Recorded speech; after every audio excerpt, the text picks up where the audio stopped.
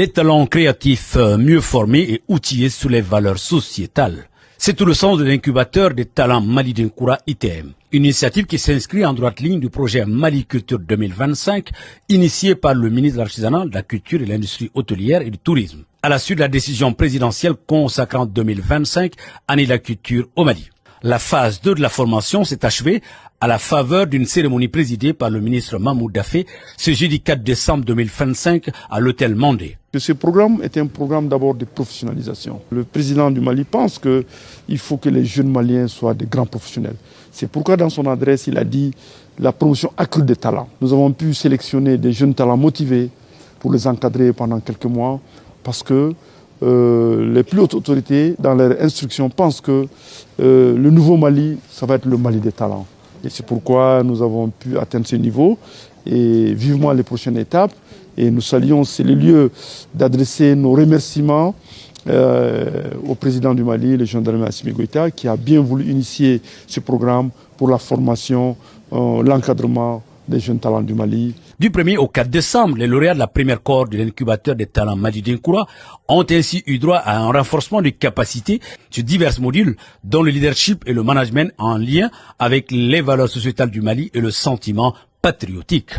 Dans ces 8 jours, ils n'ont pas que fait une formation de 8 jours, mais ils ont changé toute une vie, toute une façon de voir le monde, toute une façon d'écouter le monde. Et moi, je suis entièrement reconnaissante de comprendre en fait qu'un entrepreneur, un leader, ce n'est pas qu'un chef, ce n'est pas qu'un boss, ce n'est pas qu'un patron, c'est d'abord un mât.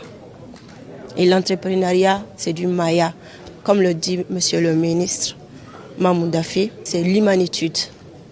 Et ça, c'est très très essentiel pour pouvoir gérer une équipe et puis avancer, évoluer. Grâce à la formation, j'ai appris beaucoup de choses. Ça a été vraiment une expérience très enrichissante pour moi parce que j'ai appris beaucoup d'outils qui peuvent structurer mes projets dans l'avenir. Ça nous a vraiment permis de nous situer en tant que Maliens, en tant qu'un Mali Dinkoura, parce qu'on a parlé du Maya, comment se comporter dans la société, comment gérer nos projets avec les autres, tout en gardant vraiment l'humanisme. La cérémonie de clôture a été couplée à un masterclass animé par le ministre Daffé sur l'entrepreneuriat culturel maya et les valeurs sociétales africaines.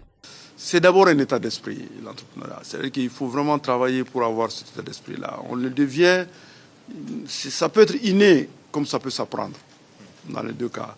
Mais ce qui est important, c'est le mindset. Parce qu'un entrepreneur, c'est quelqu'un qui accepte de tomber et de se lever. Si tu n'as pas cet état d'esprit, c'est très difficile. C'est quelqu'un qui est familier. C'est la série d'échecs qui te prépare au succès. Donc si vous n'avez pas ça en tête, c'est sûr que nous sommes tous passés. Je vois certains d'entre vous dans la salle, je me reconnais parfaitement. Nous avons commencé des choses il y a 30 ans, 35 ans. Et voilà, on prend des petites dettes par-ci, par-là, on tombe, on a des difficultés, on ferme. Et, vous voyez, on a tous vécu ça. Et ça c'est formateur. C'est les difficultés qui sont faites pour accélérer la vie. Ces difficultés-là nous mettent à l'épreuve notre force, notre capacité de tenir, notre résilience. Si vous n'avez pas ça, il faut arrêter le métier. Parce que le métier d'entrepreneur, c'est cela d'abord. Le mindset, l'état d'esprit. J'accepte et je prends des risques.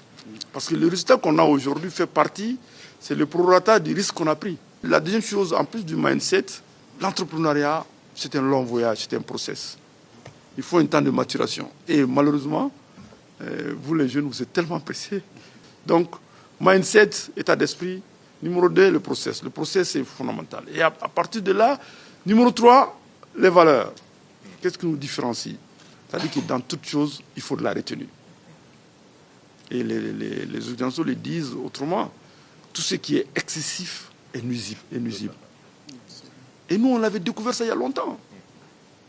Que dans toute chose, il faut savoir garder la mesure. Et quand tu observes quelqu'un qui a de la mesure, dans toute chose, c'est quelqu'un qui réussit sa vie. Ça veut dire quoi? Tu n'es pas dans les excès. Tu n'es pas... Il y a des choses, il y a des comportements. On te dit, mais...